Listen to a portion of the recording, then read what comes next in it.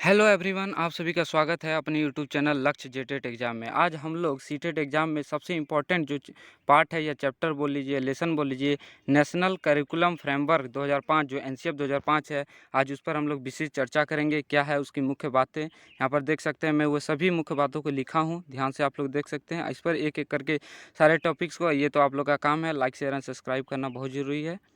चलिए हम लोग एक एक करके देखते हैं क्या है मुख्य बातें। यहाँ पर देखिए, राष्ट्र पाठचर्या की रूपरेखा 2005, यहाँ पर लिखा हुआ है नेशनल करिकुलम फ्रेमवर्क एनसीएफ 2005, जिसको शॉर्ट में भी बोला जाता है। ये सीटेट स्पेशल 2021 को मद्देनज़र ध्यान में रखते हुए बनाया गया है। मुख्य बातें क्या है इसको भी देख लेते हैं।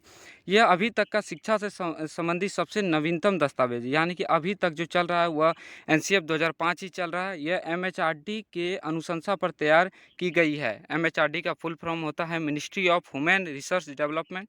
इसके जो अध्यक्ष थे उस समय, जो एनसीएफ जब बन रहा था उस समय के अध्यक्ष जो थे प्रोफेसर यशपाल थे, इसको भी ध्यान में रखिएगा। और जो निर्देशक थे प्रोफेसर कृष्ण कुमार थे। ये दोनों पॉइंट को आप लोग ध्यान में रख लीजिएगा। अध्यक्ष जो थे प्रोफेसर यशपाल और निर्देशक जो थे प्रोफेसर कृष्ण कुमार जो थे, ये देख लीजिए। इसके बाद चलते हैं मुख्य बातें क्या क्या है, यहाँ पर आप देख सकते हैं।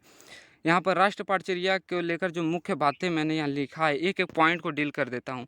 लर्निंग बाय डूइंग, यानी कि बच्चे को आप क्या करें, खुद से करने के लिए प्रेरित करें। यानी कि जितना बच्चा पांचों ज्ञानेंद्रिय का उपयोग करके सीखेगा उतना वह ज़्यादा एक्टिव होगा। आप देखते होंगे जो 1 to 5 का पर्यावरण बना है, उसमें ज़्यादा से ज़्यादा बच्चों को क्रियाकलाप करने के लिए दिया गया है। दूसरा है खेल, खेल खेल में सिखाना, या बच्चों को ज़्यादा से ज़्यादा आप खेल माध्यम से सिखाइए। उनको ऐसा ना लगे कि आप बोझ डालती हैं। सूचना पुस्तक को ज्ञान ना माना जाए, यानी कि एक पुस्तक ही है सब कुछ, ऐसा नहीं बताया जाए कि पुस्तक ही सब कुछ है। आप पर्यावरण में ले जाकर, आप समाज में ले जाकर बातों को सिखा सकते हैं। मोटी मोटी किताब असफलताओं को दर्शाता है। आप यहाँ देख सकते हैं कि सिर्फ किताब से ही ज्ञान नहीं मिलता। ये बात एनसीएफ 2005 में लिखा गया। शुरुआत में ही देखिए, यहाँ पर लिखा है शुरुआत में ही नैतिक शिक्षा देना, यानी कि बच्चों को आप जो पढ़ा लिखा रहे हैं उसका मुख्य जो कर्तव्य है वो आप बच्चे को नैतिकवान बना रहे हैं, कि बच्चा नैतिक बने, समाज में एक अच्छा नागरिक बने। फिर चलते हैं आगे वाला पॉइंट में। यहाँ पर देखिए मुख्य बातें ही अभी चल रही है, आप लोग ध्यान से देखते जाइए। भाषा या उद्देश्य के द्वारा नहीं, हमें कोई भाषण या उद्देश्य के द्वारा नहीं पढ़ाना है। हमें अच्छे वातावरण देना है कि बच्चा एक अच्छा वातावरण में जाकर सीखे, और उसी के आधार पर हमको बच्चे का सर्वांगीण विकास करना है। ठीक है। फिर इसके बाद है नेक्स्ट पॉइंट, ज्ञान को बाहरी जीवन से जोड़ना। ज्ञान को बाहरी जीवन से जोड़ना, एक मैंने एक वीडियो बनाया था जो टैगवर्ड पर, उसमें भी लिखा हूँ कि ज्ञान को बाहरी जीवन से जोड़िए। जितना बच्चा बाहर समाज में जाकर सीखेगा वो ज़्यादा एक्टिव होगा, ज़्यादा सीखेगा। फिर रटने की विद्या को हतोत्साहित करना, टैग वर्ड में सारे वर्ड को मैंने लिखा है, एक बार वो वीडियो देख लीजिएगा।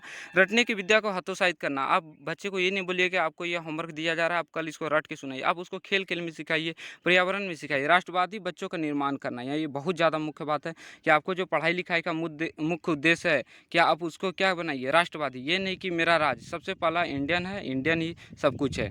इसके बाद नेक्स्ट पॉइंट चलते हैं, क्या है यह अभी भी मुख्य बातें ही चल रहे हैं। देखिए, पेरेंट को शिक्षण गतिविधि से जोड़ना। आप लोग अभी एक वीडियो डालूंगा आरटीई 2009 के अनुसार, उसमें देखिएगा एसएमसी का गठन करेंगे। उसमें देखेंगे क्या है मुख्य बात, एसएमसी का गठन होता है, उसमें पेरेंट को भी भागीदारी, स्कूल में देखते होंगे एक मीटिंग होता है, उसमें पेरेंट को भी भागीदारी बुलाया जाता है। आपका बाल बच्चा कैसा है उनको सारा वर्णन किया जाता है। कक्षा शांत न हो, ये सारे टैग वर्ड में भी लिखे हैं। एनसीएफ 2005 में सारा चर्चा किया गया है कि कक्षा जो हो शांत ना हो। इससे पता चलता है कि बच्चा पढ़ाई नहीं कर रहा है, यानी कि जितना हलचल होगा बच्चा गतिविधि करेगा। और इसमें मुख्य जो थे 2005 एनसीएफ, उसमें 21 फोकस ग्रुप के आधार पर बनाया गया था।